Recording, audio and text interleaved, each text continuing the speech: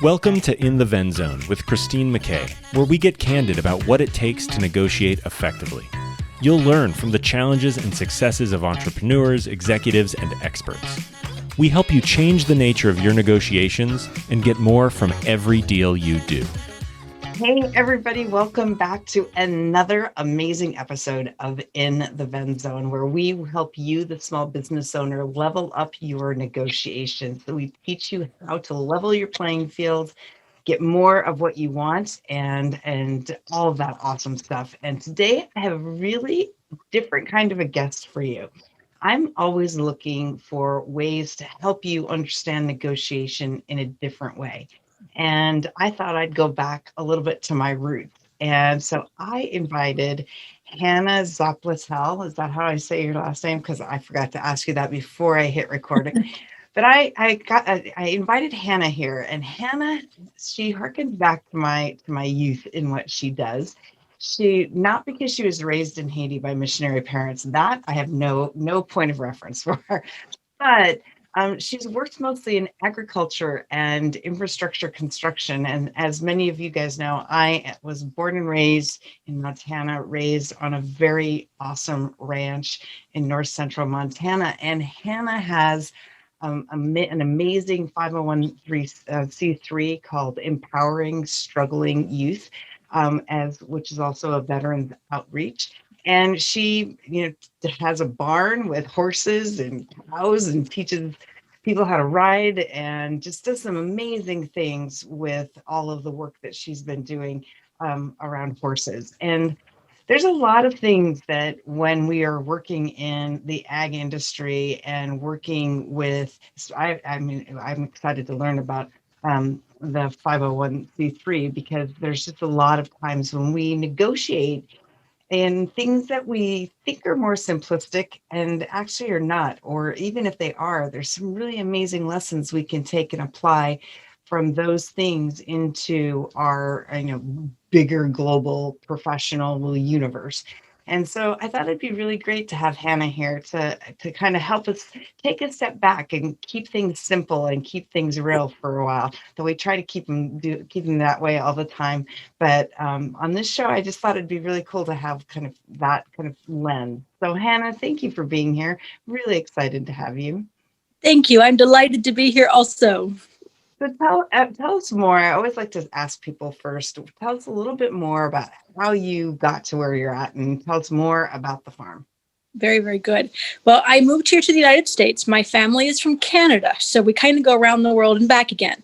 I was born in Haiti to missionary parents, but my parents were not traditional in the sense that my dad was not a pastor at that time.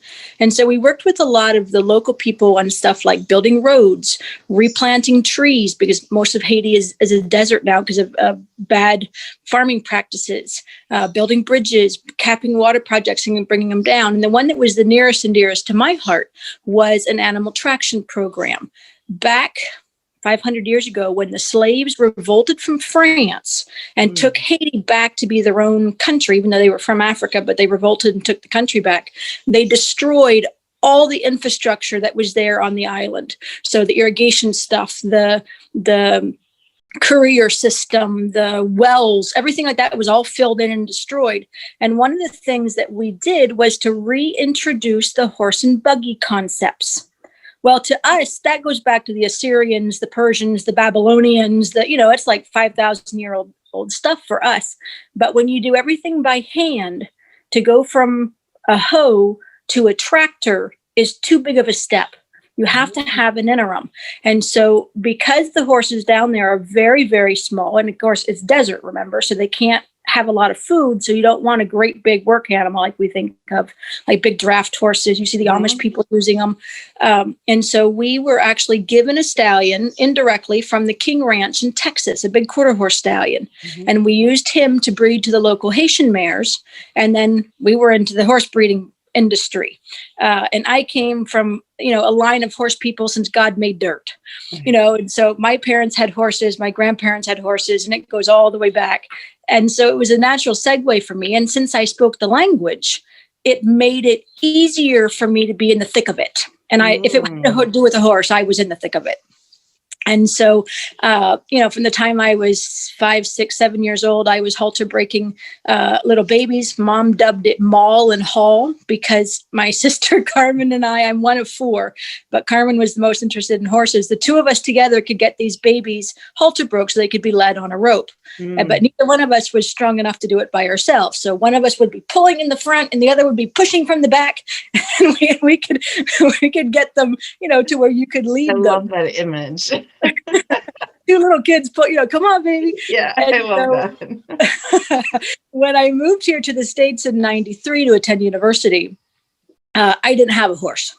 I didn't have access to horses, and it was like cutting off my right arm. I mean, I even rode horses all the way through high school to get to school because you could either walk or you could ride. Right. Well, it was silly to walk when you could ride. Right. And so time kind of went by, and I got married, and that was an education all in and of itself.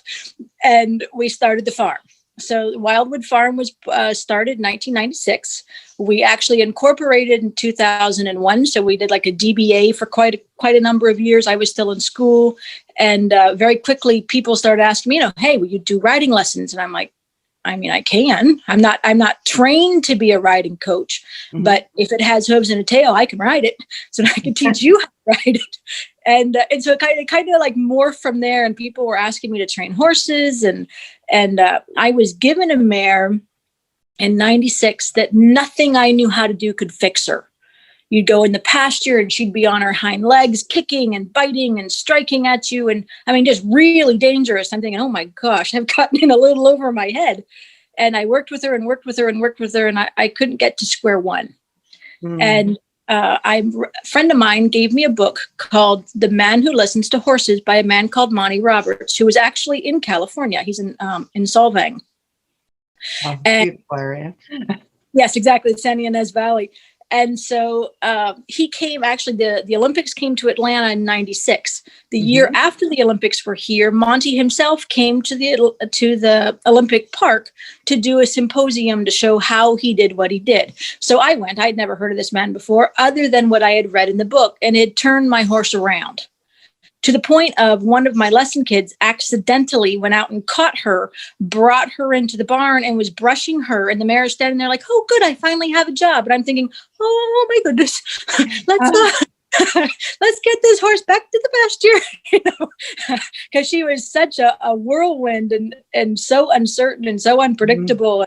And I went through his training program. Back in those days, it was pretty informal.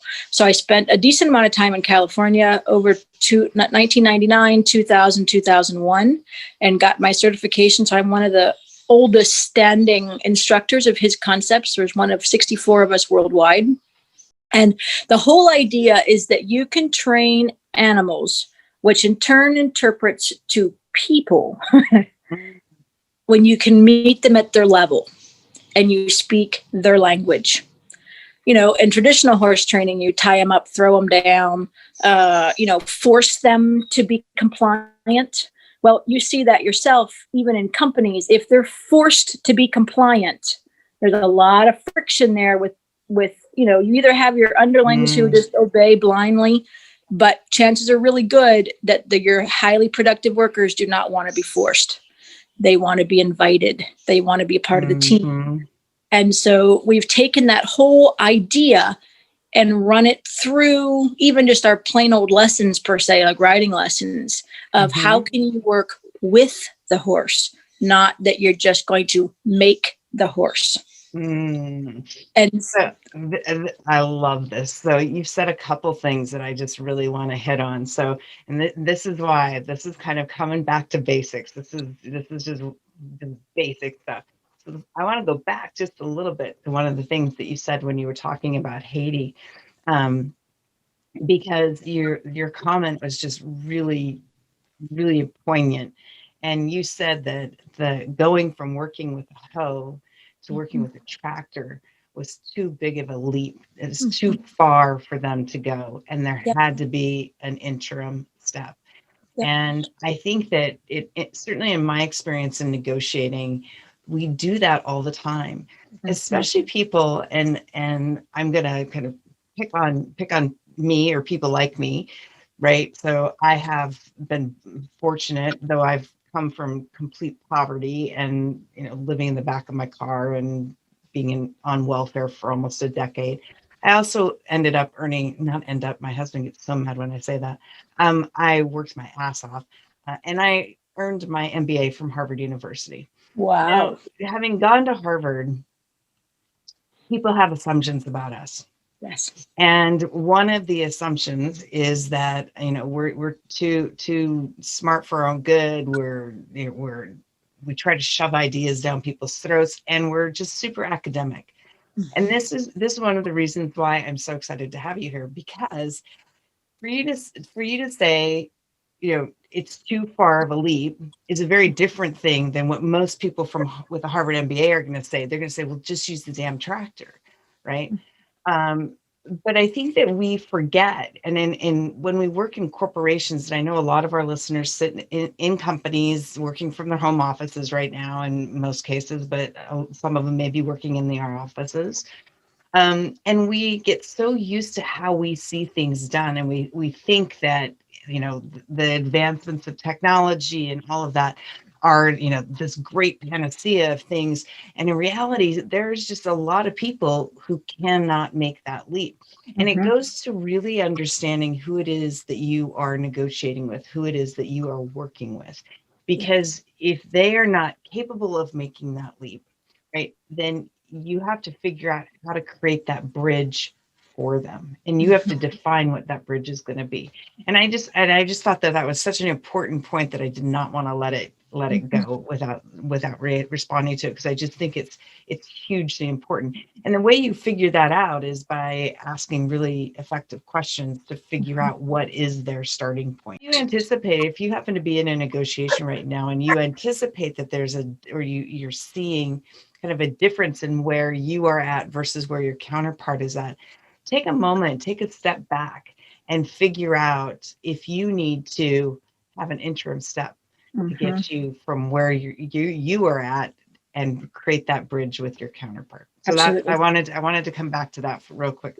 But then I'm like, really, so the other thing you talk about, so I'm fascinated by this horse training component. The other thing you talk about is kind of, that's kind of in the same vein, right? It's really kind of along the same line, is kind of communicating with your counterpart in a way that you understand them. And in this case, the counterpart happens to be a horse. Now, for those of you who don't know horses, oh my God, they are like the most human creatures. I swear, they are just like, they feel like, I have a girlfriend who used to be a trainer as well, and she talks about how she goes sleep in the barn, which I bet you have done many times.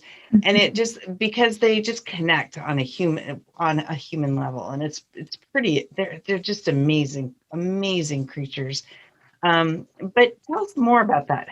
So kind of for you, how do you make that how has knowing this about horses influenced your ability to negotiate with people? Well, for example, every horse has their own lesson to teach, just like every person has their own lesson to teach. So some people are there to shave off our rough spots. And usually we don't like them very much because they're there to be the litmus of your life. Then there are other people that stand by you no matter what and help you get through the mire of life. And then there are other people that are your cheerleaders that, as long as, it doesn't matter where you are, they're there for you. Well, horses are very similar, and horses are empaths, very, very sophisticated empaths. And so they know, they don't care who you are today. They only care about right now. They don't care what you did last week. They don't care what you're going to do in the future. They want to know who you are right now. And so, for example, I had an old horse called Red, and Red was just an absolute troll of a horse. He was ornery, like the grumpy old man that you see in the movies sometimes. And that was him. We grew up with a Red on the farm. Yeah. There was a little girl that was a beautiful child. Her spirit was just beautiful, but she was locked in this gangly, uncoordinated, too smart for her own good case, right? And kids at school picked on her all the time because she was like the ugly duckling. She just was waiting to blossom. And she adored this old horse. And he tormented her. I mean, that was just for lack of a better way of doing it. But he would meet her at where she needed to be that day. And there would be days that I would tell her, go ahead and get off your horse and hug your horse. And she would get off and she would just wrap her arms around her horse and just sob into his neck of how mean the kids had been to her at school or whatever had happened at school that day. Or she'd come in absolutely livid at what had happened at school that day. And depending on where she was would depend on what Red would do. Now, keep in mind that he wasn't a soft, squishy horse. You know, he was always up to something, you know, and if she was in a really mad, like, kind of a mood, then he would try to, like, for example, unfurl her shirt, like pull her shirt out of her pants, you know, and like untuck her shirt. That's what word I'm looking for.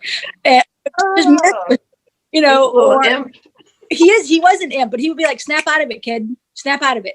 Or if you know, if she was in a real, you know, sad, sorry kind of mood, he would give her a hug for about 30 seconds. And then he'd be like, okay, we've had enough of that. Let's go. And he would walk off and leave her like, come on, you've had enough cuddling. You're good. Well, by the time she would leave, you know, now granted, this was just in the hub of a riding lesson. It wasn't, you know, I wasn't supposed to be doing mental health counseling or anything like that, but she would go home with what she needed. And she would go home quiet and gentle and happy. And I always thought for her mom, I'm like, man, that should be worth the riding lesson, right? The price of the lesson, just in the sense that you brought this kid that was so upset in whichever way. And you went home with a happy child. And they meet you at where you need to be. And I think with people, that's what a lot of us miss, is we don't take the time to get to know the other person. Yes, I know. I was on somebody's podcast or show about 2 weeks ago, and she actually runs a multi-level marketing company, and she had said to me, she's like, well, I'm not really sure how negotiation works for my people, but we're just going to do this and see how it goes. And so I did my thing, and then she comes back on the show at the end, and she's like, oh my gosh, Christine, the number one thing I learned was I have to think about my counterpart. Yes. Now, in my head, I'm like, what? For me, I am an empath. And so for me, it's like so natural to think about my counterpart, and the best and easiest and, you know, easiest because it's the path of least resistance way of getting more of what I want is to understand what my counterpart wants and needs, right? And so, but it was such an eye-opening concept for her that she had never thought about it. And so, but you when we talked before we started the show the other day, you told me not only do you do this with kids, and not only do the horses do this, but just the very the very fact that you have the ranch does that. You told me about this pilot who came out with his kid kind of dressed to the nines. He was all dressed up and white tennis shoes. And if anyone knows, on a ranch, no white tennis shoes. Leave those things at No home. white anything, really. It ain't gonna be white ever again. And one wrong step and you're gonna regret that. But he came out and he was not very excited about being there. But tell us what happened, because this goes to the importance of connecting with your counterparts where they're at on a human and emotional level. Because, you know, Chris Voss talks in his book, Never Split the Difference, about tactical empathy. And he talks about the importance of understanding that negotiation is absolutely an emotional activity. The moment that you want something from somebody else, you are emotionally engaged in the outcome. Yep. Tell us about this this pilot who came out the other week, and because I love this story. It's such a great example of meeting somebody where they're at. So this little boy had just started riding. He's only been riding for about 3 weeks, and his mom has been bringing him. Well, this time his dad brought him. And keep in mind that he came to see his son do something that the son enjoys. But that was kind of his lens. He was going to watch the kid ride. He would play on his phone and try to wait for the hour to pass, take his kid home. That was what he came in with. And so what he did not expect, though, was how engaged that he would become with the horse and with the farm. And he told, and I didn't know this. I'd never met the man before that day. I knew the kid, but I had not met his dad. And so we went out to the pasture and we brought in a horse called Jack. And Jack is a very patient, quiet, gentle, obedient soul. And we brought him in and he was covered in mud, covered from head to toe because it had rained the night before. And this white, gray horse is plastered in mud. And so, and I'm always for getting parents to be involved with what the kid likes. And so I was teasing him and I said, with the horse this dirty, you need to come help me brush this horse. And he's like, I never brushed a horse before. And I said, don't let that stop you. So I handed him a brush and I handed the kid a brush and I have a brush and we're working on Jack. And he sat there and while I was doing that, somebody else came and I went and helped catch another horse. And I came back and he was just brushing Jack and didn't say anything, just brushed the horse. We got the horse saddled. We went down to the arena and ride. Well, once we got down there, most parents stay on the outside of the arena. There's a fence that goes around to keep the horses in and keep the parents out, partially because they don't know what to do. And they kind of like walk in the middle of the road. The horse has to try to navigate with a kid that can't steer yet. But instead, this dad glued himself to me which was fine. So I got the kid on the horse. We were walking around. The dad's walking with me. And he goes, Hannah, I didn't know that I needed a farm. He said, I'm a pilot. And yesterday I flew from Atlanta to Fort Lauderdale to Costa Rica to Fort Lauderdale back to Atlanta in one day. And he goes, there's a tremendous amount of pressure when you're the pilot because you're in charge of doing all, you're responsible for all these people. There's deadlines, there's times. You have to work with all these different people. And he said, I didn't realize how stressed I was until I stepped onto this farm. He said, and the worry and everything else just brought me right back down to earth. And he said, I could feel it just peeling off of me. And, this is a man that I don't know. So it's not like we've had this long relationship. And I was teasing him. I said, well, we always take volunteers at the farm because the farm has one employee, me, and whoever else I can draft to come help us. And I told him, I said, well, how strong do you feel today? Because I'm always looking for people. I want people to plug in. When people plug in, it becomes theirs. Whereas it's not just a service that I provide. It's our farm. It's not my farm. And so I had him I said, well, how strong do you feel? I said, I had that big, heavy bucket of molasses stuff for the cows, but I can't lift it by myself. It's really heavy. And so he said, I'd be delighted to help you lift that thing. And so Steve, one of the veterans that's actually living at our farm right now, came down with the Kubota and I was finished with the lesson and the three of us lifted this heavy trough up onto the Kubota. And then I sent the pilot and the other man around to the back to where the cows are, and they unloaded it. And animals are always so excited when there's food coming. It's so fun because by the time, so for me, it was a normal thing that had to be done. Now I do get great enjoyment over their happiness, the animals' happiness, but I get even a bigger kick out of watching the people come alive. And he's like, I've never fed cows before. That was amazing. Well, and I think the thing that's important about understanding for our audience, the thing that's important about to understand is that this thing that is kind of a chore for Hannah that, is going to have to get done. Somebody's going to have to do it. You do it every day, probably twice a day. And it's like, but for this guy, this was transformative. This is something he'd never, ever done. This is an experience that he will never, ever forget.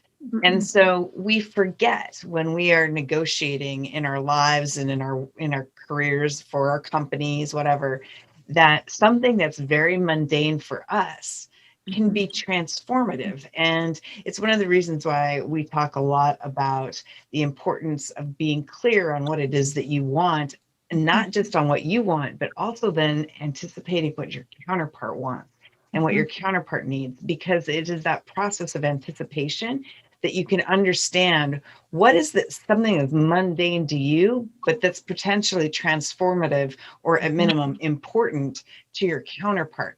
Because that's a trade-off you're willing to make. If it's not important to you, I mean, it is important because you had to feed the cows, but it wasn't important for you to be the one to feed the cows, right? So then it became important for him, and knowing that and passing that off to him created a tremendous joy for him.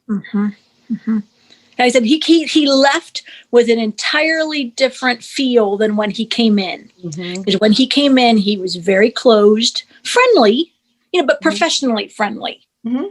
And he wasn't rude or anything like that, but just very professional, very whatever. When he left, he was floating off the ground, just delighted, and it was just under the guise of a riding lesson. In reality, he shouldn't have gotten anything out of it, because he wasn't the one riding, his kid was riding. So he came for his son, but the added benefit that he got was he also needed something for himself. And so it's the way to reflect it back to make it benefit the entire family, because then you go home with a really happy dad. That always makes for a happier day. Absolutely. And that's something that we talked about too. Kind of when you think about pricing and how you do what you do as the business of the farm, right? The revenue generation component of the farm. People come out, they want to, take their kids riding. And so, some people are like, yeah, it's a riding lesson, right? It's an hour-long riding lesson, right? But there's all sorts of other things that come with that, right? Yes. So it's not just riding, it's, kind of you're learning responsibility, how to take care of a horse, because you don't get to ride a horse that you haven't brushed down, and you don't get to get off the horse without brushing them down again. So you got to clean, right? You got to take care of, you have to take care of the horse. If you're going to ask him to work for you, then you need to do something good for him.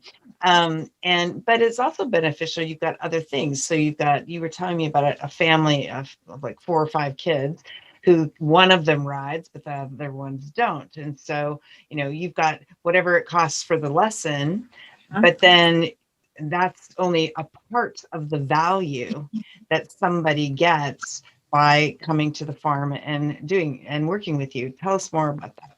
So one of the families of the farm, we have all kinds of people that come to the farm. And what I love about it, it's like the United Nations.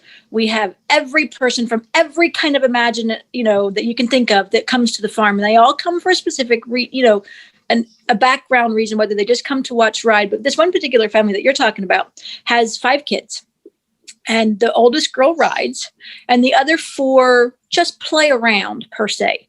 But what they've done, though, is we have a big play set down by the arena. So that way the little people have a place to go play.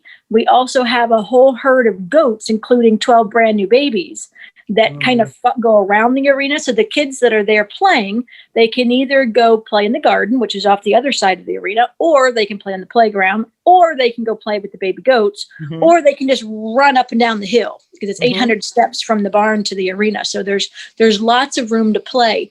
And one of the little boys has a hearing issue, but he has attached himself to me. And he just, as soon as I crank the machine, like the Kubota, to go down the hill, because it seemed like I have to go back and forth quite a bit. And he's like, oh, he can't hardly talk because he doesn't hear real well, but he's like, get on. I'm like, come on. And so for him, the highlight of the day is to ride the machine down the hill. And then as soon as he hears it crank back up, man, whatever he's doing, he's back on that machine again. And so even though they're getting the value of what they're getting is their lesson, but what do the other 4 get? They had a wonderful afternoon at the farm. Right. And the parents have gotten very involved, because they start off with, we're just here for the kids' lesson. I said, great. For the first 5 minutes. Right, exactly. I mean, and one of the things that I talk a lot about is when you are this concept of getting clear on what it is that you want. And we talk a lot about value and how, and gosh, in business, like there's so many podcasts right now and so many people out there speaking about, know your value and all that. You actually really do know your value. It's actually really impressive listening to you talk. You talk about your value not just being the price of, somebody comes and they're buying a lesson from you, but that is not the value you create. That's like this teeny tiny part. You've got like picnic tables so families can bring picnics. You've got the goats. You've got, the tractor. You've got parents feeding cows. I mean, you've got all these other things that contribute to value. And was that something that you realized when you first started doing this, or was that something that you started to realize as you started working with more of your clients? At the end of the day, it's the joys of being a business owner. Is at the end of the day, you have to pay your bills because nobody comes along and says, "Oh, Hannah, don't worry about the feed bill this month. I'll handle it." So we have to put a value on the services. So, for example, like writing lessons, birthday parties, camps that we offer, stuff like that. And people will say, "Oh, well, so and so down the road is cheaper," and I said, "Well, they probably are."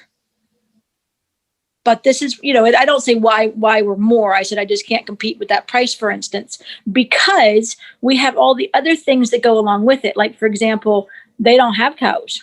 They don't have a play set. They don't have goats to feed. They don't have all these other things. So the price point, even though it's a very fair price point, it's like middle of the road. We're not the highest, but we're not the lowest. Mm-hmm. We're kind of in the middle. And as time has gone on, we change price as we need to. But what I found really fast was that people are desperate for a place to be themselves. They don't have to put on airs. It doesn't matter if they come in a Tesla or if they come in a Honda.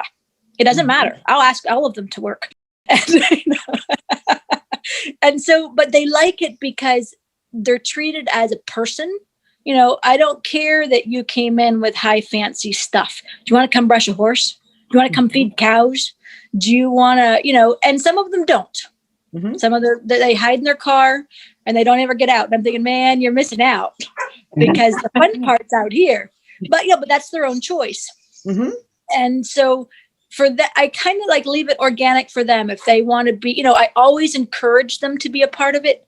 But if they really choose not to, then I just bid my time. Mm-hmm. Because at some point in time, they're going to get out of the car.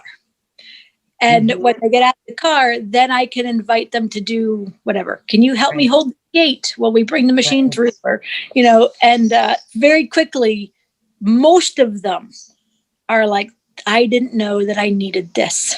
Mm-hmm. And so I'm after family because I want the family to be together, a place that they can plug in together, a place that they can be themselves, a place that they can be outside together. Mm-hmm. Not mom go do something in one room, dad's doing the other, and who knows where the kids are. I think this is just so, like I said when we started the episode, this is all about coming back to basics. This concept of knowing what your value is, because this matters. Being clear in it, what it is that you want, what it is that you offer your customers, your clients. And then making sure that you spend time understanding where your counterpart is, figuring out what do you have to do to bridge where you're at to where they're at. What connection points do you need to make? But let's talk a little bit about the business of being in having a ranch and having a farm. Right? Because it is not an inexpensive business. Raising horses is an expensive proposition, and it's even though you may be the sole like official employee, you have a pretty amazing goal in order to be able to make the farm work. Yeah. And everybody from where you get your feed to your vet to just the whole 9 yards. Because a lot of the people who are listening may have never even set foot on a farm. So tell us a little bit about the business side of the farm and kind of what are some of the things that go into it? I think the hardest part of it, I think small businesses across the globe will agree with me, is that you have to wear all the hats, or at least I wear all the hats. I'm the head instructor, but I'm also the head of the marketing department. So when all these people call me, like even like during this phone call, we've had like 4 or 5 calls come in that I've just deleted, or that I'll call you back. That people are constantly calling, like Sundays, I try to take Sundays off, whatever that means. And, and I still answered 8 or 9 calls yesterday because people don't know that it's my day off. It's their day off too. So they're free to call me. And so, and I try to pick up the phone. I really try to, because one of the biggest complaints that I have against other small business owners is they don't pick up the phone, or you leave a message and 5 days later, maybe they'll call you back. And it's like, I'm looking for something right now. And so I really try valiantly to pick up the phone. Well, that also means that because I'm picking up the phone, that on my day off, I've just spent an hour on the phone with all the, answering whatever questions that people are asking about. And so this morning, for instance, before we even got started, our accountant had sent me this whole list of questions of what was this and what was that and what was this. And sometimes my favorite ones are the ones of 2 years ago, you did da, da, da, da, da, da, da, for a check for $43.49. What was it for? I don't remember what happened yesterday, much less 2 years ago. And so there are all these different components, or if we're wanting to update the website, then either I have to update the website, or I have to notify the website master, of what I want them to change, because I try to send them the 2021 camp dates and she got it all wrong. I mean, she had September and October, and I'm like, wait, the kids are in school. We don't have camp dates, those dates. Oh, I didn't understand. Okay, let me resend them to you again. So my signal to her was not clear. And so my problem, it wasn't her problem. But you still have to be, constantly aware of that. And then, that's not even on the farm per se. That's just pertaining around the farm. And then keeping up with all the licensing and the insurance questions and is that machinery ready? When does it need to be, routine oil changes or whatever? When do the horses need different things? When do people that call that buy baby goats? Well, that's great. Which ones do you want? Let me send pictures of them to you. And technically, none of that has to do with the riding lesson. Right. It has to do with everything else. And so it makes it, there's a lot of hats that have to go into it. And so you have to be able to flip gears quickly and be able to answer people and still be real and interested in the people. Now, I love talking to people. I really do. But my husband complains because by the time I get home at night, I'm done. I've given everything all day long. And he's like, talk to me. And I'm like, flatline, I need to make dinner, put the kids to bed, and I'm done. So, it's like that. Then how do you add being a wife and a mother in on top of that? Because I have 3 small children and a husband. And it's like, so what we found out is in order for he and I to be better, I have to get him first thing in the morning. Because in the morning, I haven't even started yet. I'm bright-eyed, bushy tail. And so it's to figure out what works the best for us. And then also what works best for the people. And that takes a lot of juggling back and forth.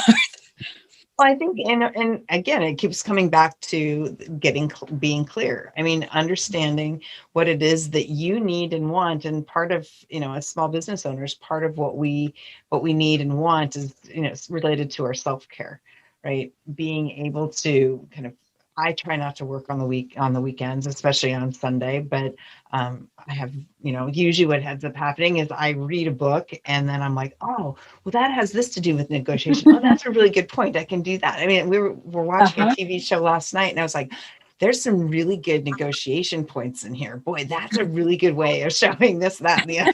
My husband's just going, really? Turn off. Exactly. Like, no, I can't really.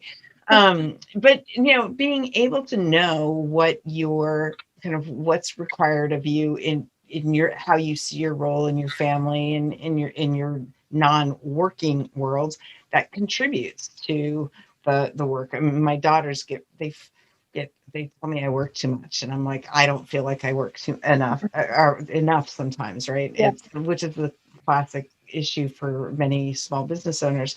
But you also have a bigger team that helps you keep the farm running in terms of the relationships that you've built with your suppliers, of service suppliers, and because you've got somebody who's doing mechanic work on the tractor, I'm sure.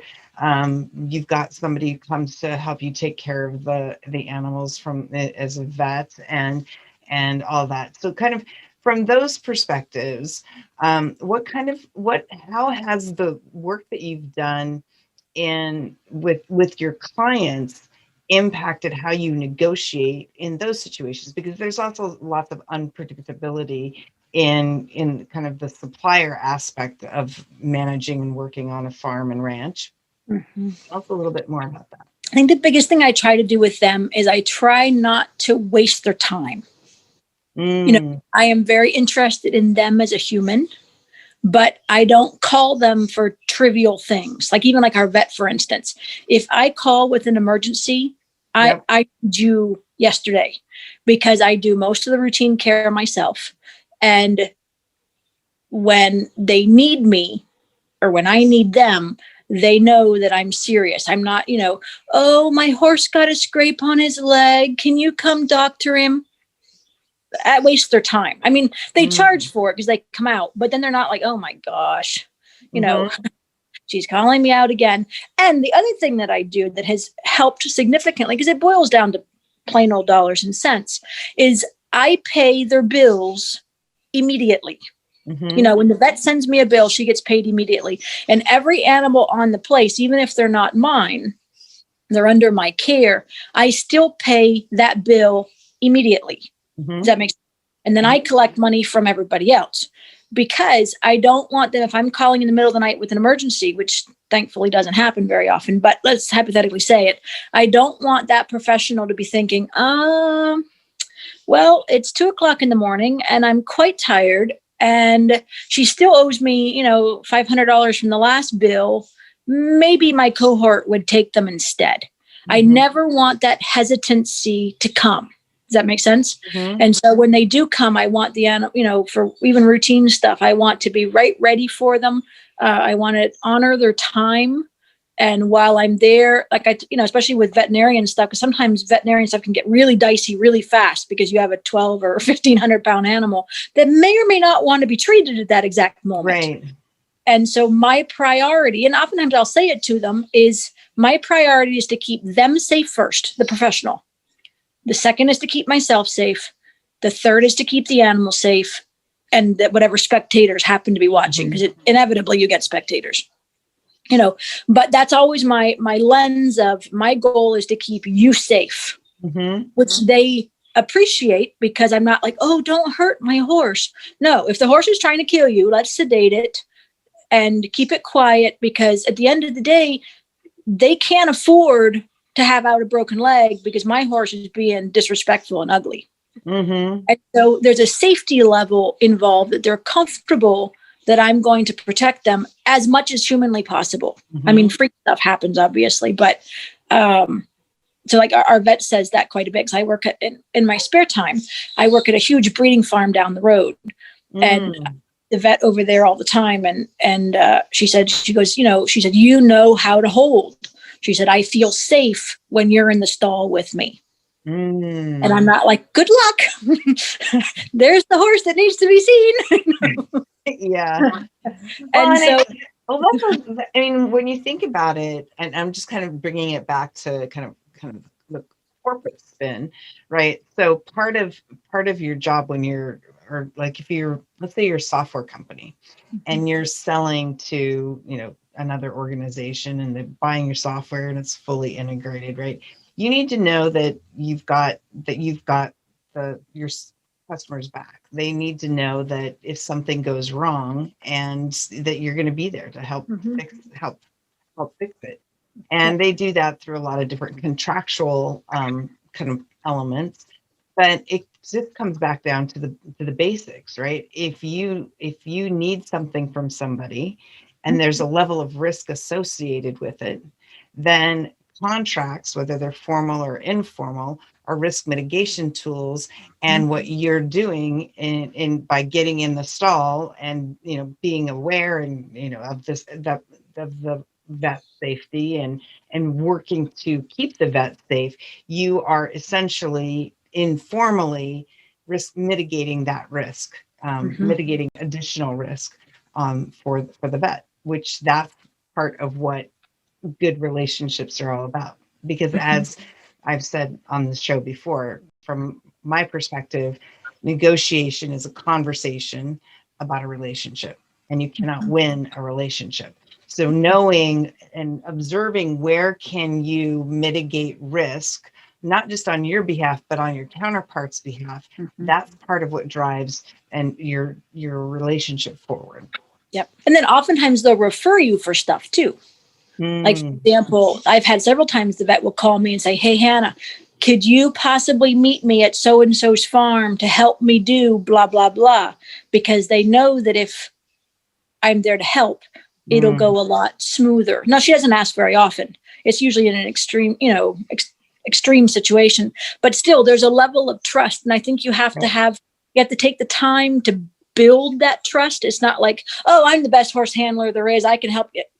They're going to be like, no, you're not, but it takes a while to build trust. And I think that across the board, whether it's companies, schools, children, whatever, it takes a while to build a level of trust that if you have a problem, you can rely on them.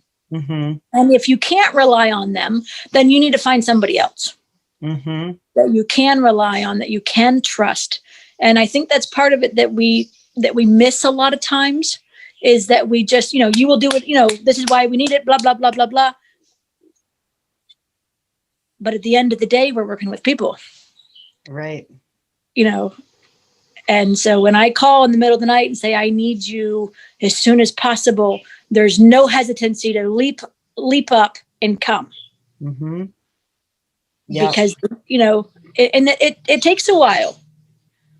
It does. And I think different people have, there's a lot of people talk about, people who've got to know, like, and trust you before they'll buy from you.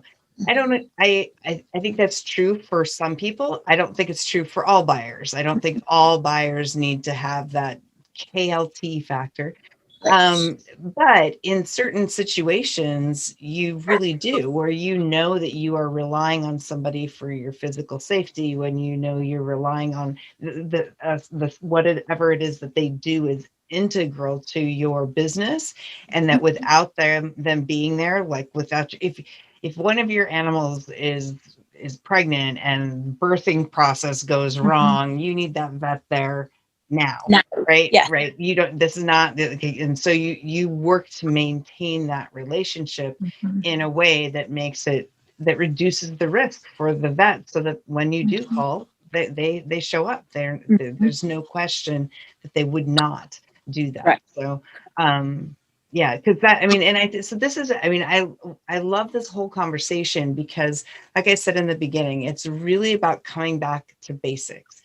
And it's really about, the first thing we talked about is like the importance of being clear on who you are and value.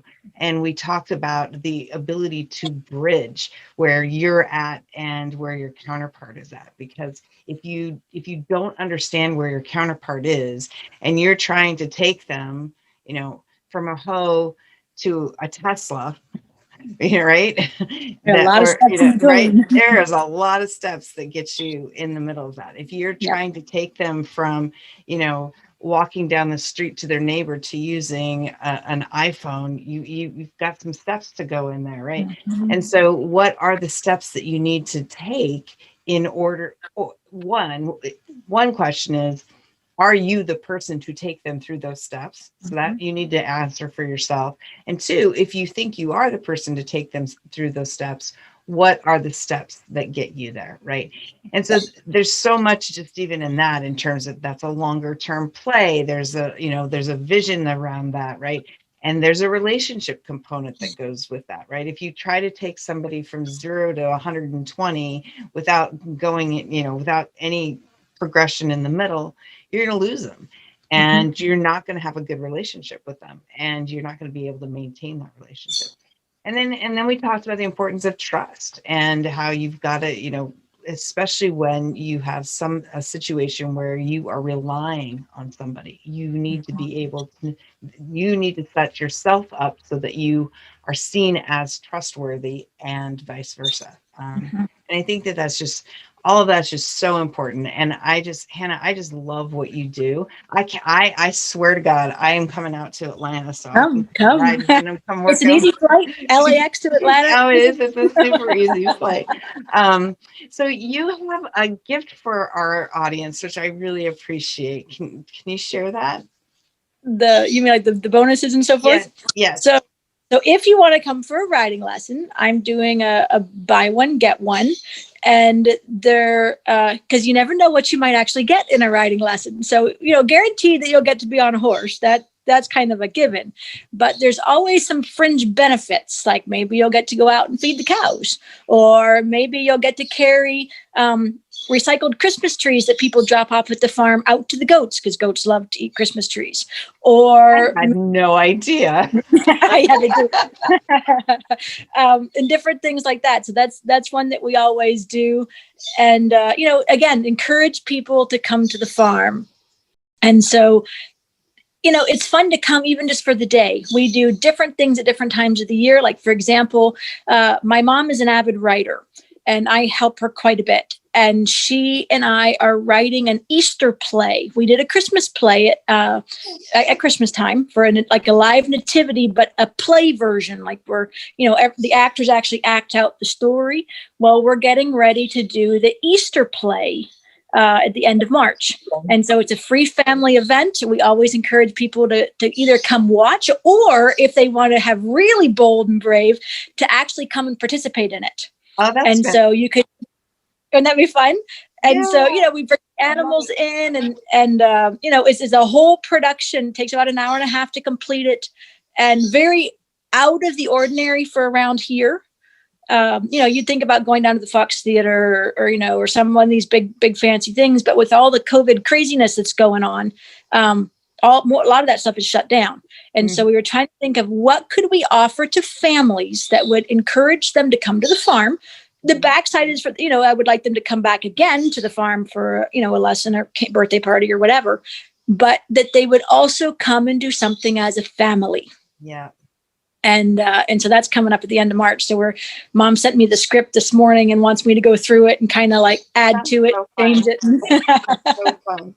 So if you guys are in the Atlanta area, or within any driving distance of Atlanta, you need to go see Hannah at WildeWood Farm. And get the 2-for-1 and feed the goats. I actually was writing a gratitude journal, and one of the things was kind of envisioning what I wanted for the future. And I literally have, my husband laughed, a goat named Jane, and I am going to learn how to make goat cheese. There you go. I have a goat called Jane. She's a great big white goat. She had a set of triplets just a couple of weeks ago. But he was laughing. He's like, "You named it?" Named her, and I was like, "Yeah, I named her. Her name is going to be Jane." That's funny. And now I know that she can eat our Christmas trees. Yes, they love Christmas trees. They also love pumpkins after Thanksgiving and Halloween. Oh, wow. Okay. Okay, well, that's good to know too. Recycle, reuse. So thank you so much, Hannah. I You're really very appreciate welcome. you. I've loved this conversation. I loved our conversation before. And to all our listeners, I hope that you've enjoyed this conversation, because this has been a very different kind of a discussion than anything we've had on the show before. And I've loved that. I like bringing you just different ways of thinking about a negotiation, because like I said earlier, negotiation is a conversation about a relationship, and you cannot win a relationship. Please check us out at vennegotiation.com. We are getting ready to launch our new Venn Masters program, which will be launching in March. Really excited about that. And my first book is also coming out in March. Why not ask a conversation about getting more? So you can find out more about that on vennegotiation.com. All of Hannah's contact information and links will be in the show notes. Thank you so much for being here with us. Thank you, Hannah. And have a great day. Happy negotiating, everybody. Thank you for joining us for this episode of In the Venn Zone with Christine McKay. We invite you to visit our website at www.venn.zone to access the show notes and other helpful resources. empower the negotiator in you, and successfully level the playing field. Join us again next time here on In the Venn Zone.